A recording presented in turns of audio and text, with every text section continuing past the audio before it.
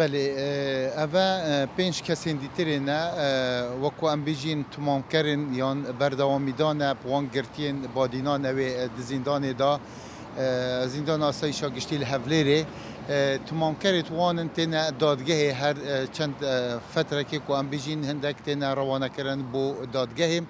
دادگاه توانا دول هفلیره و پنج کسن کو اوجی هر الدیف یاسا ماده 156 یاسا سزاین عراقی هاتین تهمت بار کرن کو هاتی هموار کرن جو پارلمان کردستان 21/2003 لدیف وی ماده اوده این دادگاه کرد و یل شلال زینه و شلال زیجی هاتین